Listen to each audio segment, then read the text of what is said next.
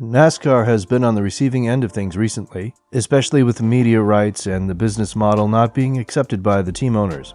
However, this is not the only thing that the team owner and the drivers are not going to be happy about, as NASCAR has made yet another decision that has managed to trigger the NASCAR community. The teams and drivers will have to be very cautious from now on, given that NASCAR's tire deal is not really acceptable to them due to their history with this manufacturer. Goodyear has signed yet another contract with NASCAR, with the previous one being signed in 2017 and ending this season.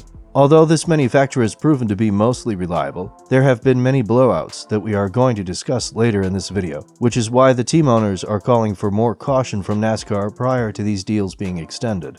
The Ohio-based manufacturer has been involved with NASCAR ever since 1954, and for the last 25 years, Goodyear has been the exclusive tire supplier for NASCAR's top 3 series: Cup, Xfinity, and Trucks.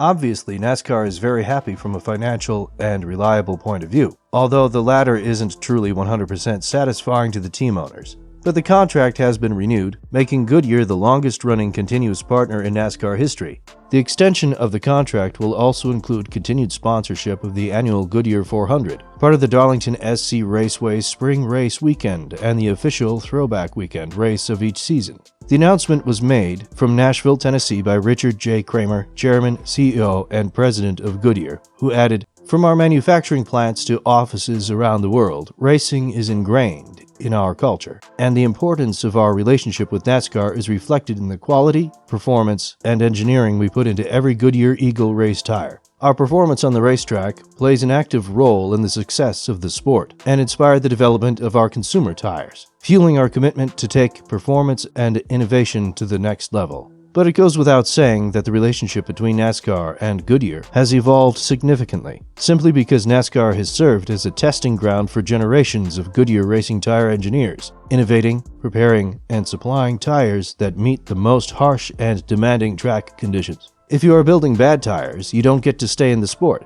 Sure, Goodyear has some reliability issues, something that has been expressed by crew members in NASCAR. Aside from that, the company has had no direct issues with the sport or the way the relationship has worked. Goodyear is providing a technology that withstands and performs in race conditions, and this technology also informs development and differentiates Goodyear's consumer tires. With NASCAR's evolution, it was necessary for the tires to evolve as well, which saw the introduction of new tire technology like the Racing Slick in 1972, the Radial tire in 1989, the multi-zone tread design in 2013, and most recently the 18-inch Goodyear Racing Eagle tire, used on NASCAR's next-gen car. The president of NASCAR, Steve Phelps, talked about the renewed contract and what does it mean for the sport, adding, "Goodyear has been a trusted partner to the NASCAR industry since 1954, playing a critical role in our shared pursuit to deliver the best racing in the world. For more than 25 years, Goodyear Eagle tires have been the only component that connects the stock car to the racetrack. Our continued partnership will allow us to push boundaries and innovate our racing product for generations to come." But if both the NASCAR and Goodyear presidents are happy with the deal they've made, then what's all the fuss about? According to one crew chief, the previous season's blown Goodyear tires were a result of rules. One of the low points of Goodyear's 2022 campaign was the NASCAR Auto Trader Echo Park Automotive 500 at Texas Motor Speedway, which was marred by numerous crashes caused by failed right rear tires. Throughout this race, there were 16 caution periods, a number that topped the previous record of 13, which was set back in 2014. Compared to the previous record of 33, this race also saw the record for lead changes broken, as now it stands at 36.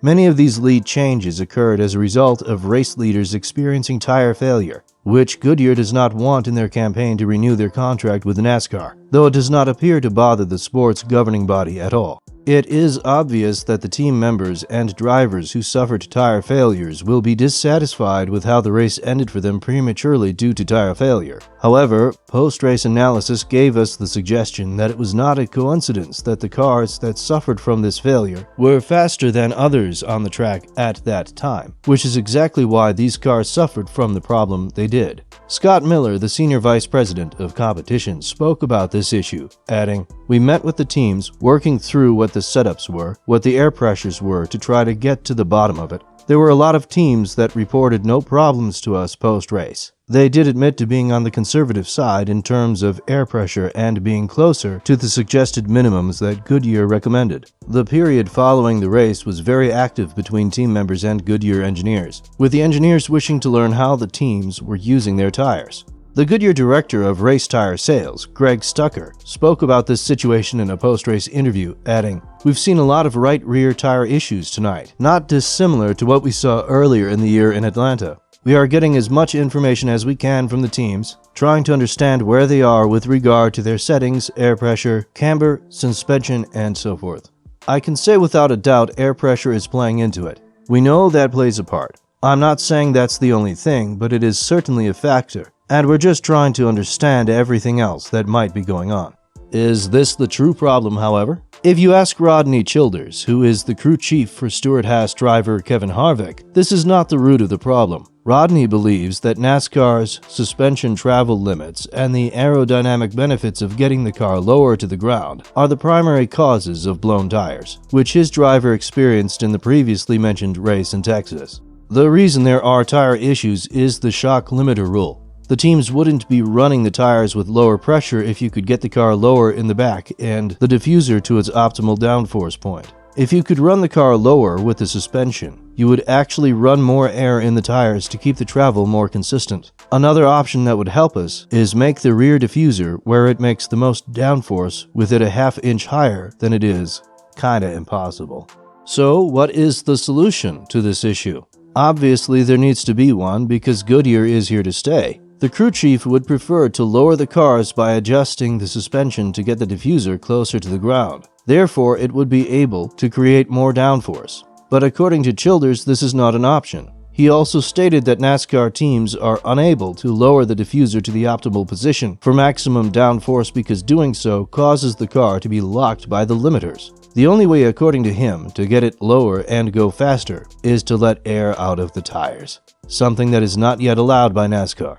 From this season forward, NASCAR used low-profile tires on 18-inch wheels, which had much shorter sidewalls than the tires used up until the 2022 season. But it seems like the boost in downforce wasn't that big, and Childers has ended his statement by adding, "If you get the diffuser 0.1 inch lower by squishing the tires more, it is free speed. It is like you added more spoiler to the car."